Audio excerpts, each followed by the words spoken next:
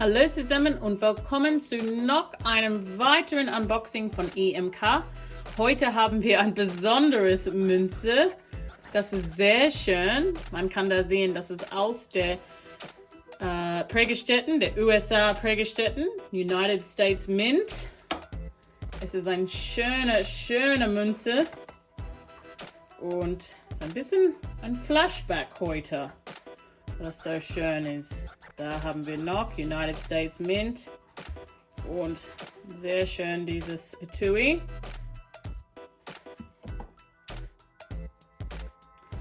So, erstmal gibt es der Zertifikat.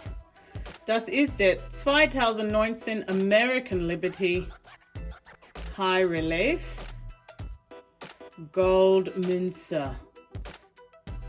Sehr cool.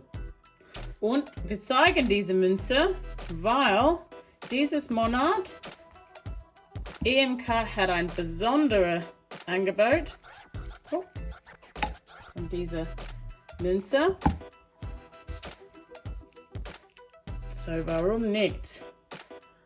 Oh, da. Sie ist so schön.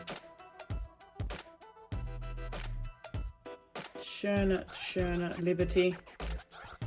Sie ist immer eine schöne Frau, aber dieses Motiv ist auch ein tolles Motiv. Aber dieses von Lady Liberty, echt schön.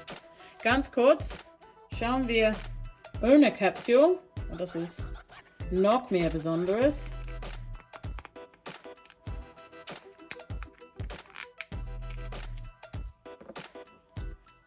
Oh, wow. Schau mal auf dieses High Relief.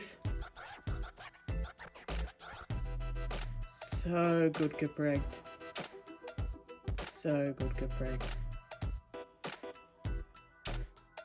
So, 2019. 1 Unz Gold. 4,9 Gold. Und dieses Auflage ist 50.000. So schön. Wow.